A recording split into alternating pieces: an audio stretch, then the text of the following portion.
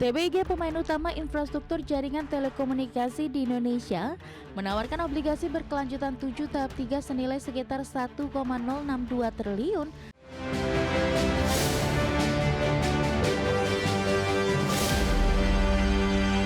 PT Tower Bersama Infrastructure Tbk atau TBIK resmi memulai menawarkan surat utang koperasi senilai 1,27 triliun rupiah pada Selasa 10 Februari 2026. Penawaran ini terdiri dari obligasi berkelanjutan 6 atau 7 maksud kami tahap 3 dan sukuk ijara berkelanjutan 1 tahap 3 sebagai bagian dari upaya perseroan untuk mengelola struktur pendanaan dan memenuhi kebutuhan likuiditas. TBIG, pemain utama infrastruktur jaringan telekomunikasi di Indonesia, menawarkan obligasi berkelanjutan 7 tahap 3 senilai sekitar 1,062 triliun dan sukuk ijara berkelanjutan 1 tahap 3 senilai 210,1 miliar rupiah dalam penawaran ini. Instrumen obligasi tersebut dibagi dalam beberapa seri dengan tenor berbeda, memberikan opsi kepada investor jangka pendek hingga menengah, sementara sukuk ditujukan untuk pasar modal berbasis syariah yang terus berkembang. Manajemen menyampaikan bahwa hasil penawaran ini akan dipergunakan untuk menutup sebagian utang yang jatuh tempo serta memperkuat likuiditas perusahaan. Pendekatan ini mencerminkan strategi TBIG dalam menjaga struktur modal yang sehat di tengah kebutuhan investasi infrastruktur yang tinggi. Industri surat utang korporasi di Indonesia terus menunjukkan dinamika dengan sejumlah emiten memanfaatkan pasar obligasi dan sukuk untuk pembiayaan atau restrukturisasi utang. Hal ini juga menjadi alternatif pendanaan selain kredit perbankan, terutama di tengah volatilitas suku bunga global dan pasar finansial. Secara keseluruhan, penerbitan surat utang 1,27 triliun rupiah oleh TBIG mencerminkan strategi korporasi dalam mengelola utang dan memperkuat modal kerja, sekaligus menegaskan perannya sebagai salah satu issuer aktif di pasar surat utang Indonesia. Berbagi sumber, IDX Channel.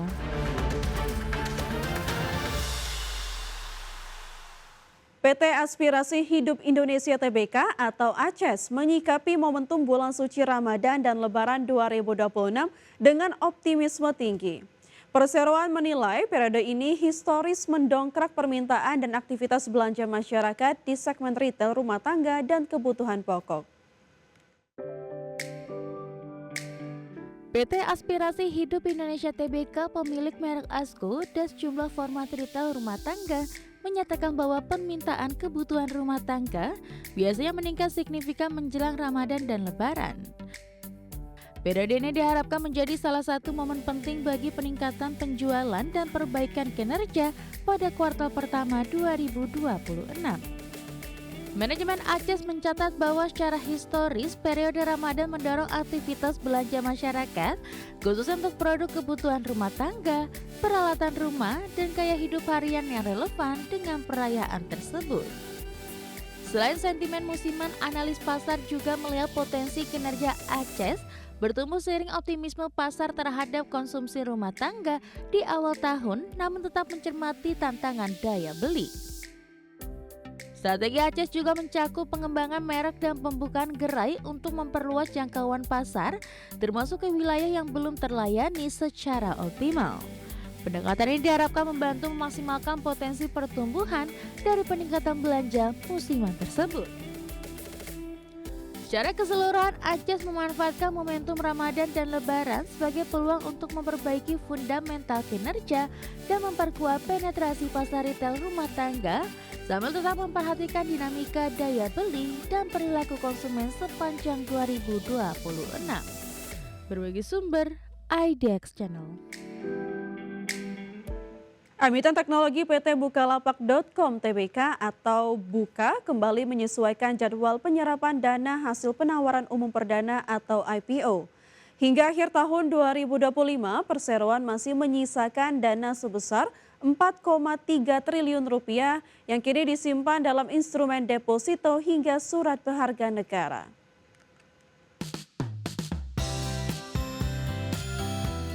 PT Bukalapak.com Tbk resmi memperpanjang tenggat waktu penggunaan dana IPO yang semula ditargetkan rampung pada akhir 2025. Dari total dana bersih hasil IPO sebesar 21,3 triliun rupiah, perseroan baru menyerap sekitar 79,9% atau senilai 17 triliun rupiah. Manajemen memutuskan untuk menetapkan target waktu penyelesaian sisa dana tersebut hingga 31 Desember 2026 mendatang guna menjaga kualitas investasi perusahaan. Sekretaris Perusahaan Bukalapak Cutfika Lutfi menegaskan bahwa penundaan ini didasari oleh prinsip kehati-hatian dan kebijakan pengelolaan modal yang selektif. Meski secara aktif terus menjajaki berbagai peluang kerjasama dan pertumbuhan usaha, manajemen menilai sejumlah peluang yang ada belum sepenuhnya memenuhi kriteria strategis dan profil risiko perusahaan. Sepanjang kuartal keempat 2025, Buka tercatat telah mempercepat penyerapan dana hingga 3,19 triliun rupiah seiring perubahan rencana penggunaan dana. Untuk menjaga nilai dana yang belum terpakai, Bukalapak menempatkan sisa modal tersebut pada berbagai instrumen keuangan dengan imbal hasil bervariasi antara 2 hingga 6,75%. Di antaranya deposito di Bank BRI senilai 1,17 triliun rupiah, giro di Bank Cimniaga, serta portofolio surat berharga negara atau SBN rupiah sebesar 900 miliar rupiah. Langkah ini diambil untuk memastikan likuiditas perusahaan tetap terjaga di tengah dinamika ekonomi dan industri yang menantang. Berbagai sumber IDX Channel. PT Dharma Polymetal Tbk atau DRMA memperkuat perannya dalam rantai pasok kendaraan listrik nasional dengan mulai memproduksi baterai litium untuk motor listrik dan mengembangkan ekosistem electric vehicle. Langkah ini dilakukan di tengah percepatan adopsi EV dan dukungan kebijakan pemerintah terhadap industri hulu hilir otomotif.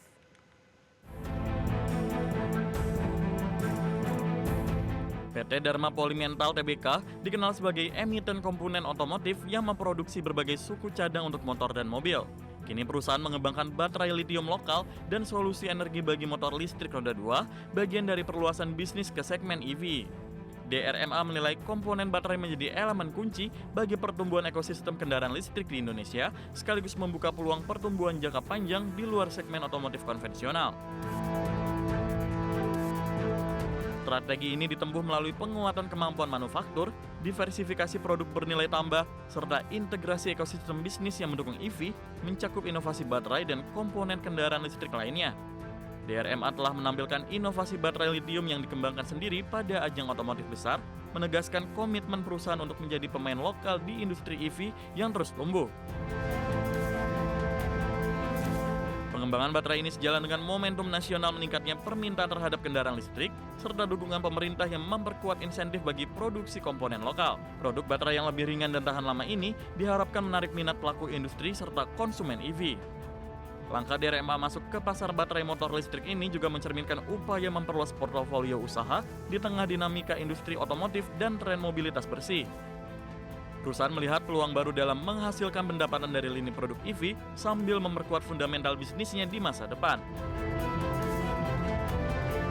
Berbagai sumber IDX Channel.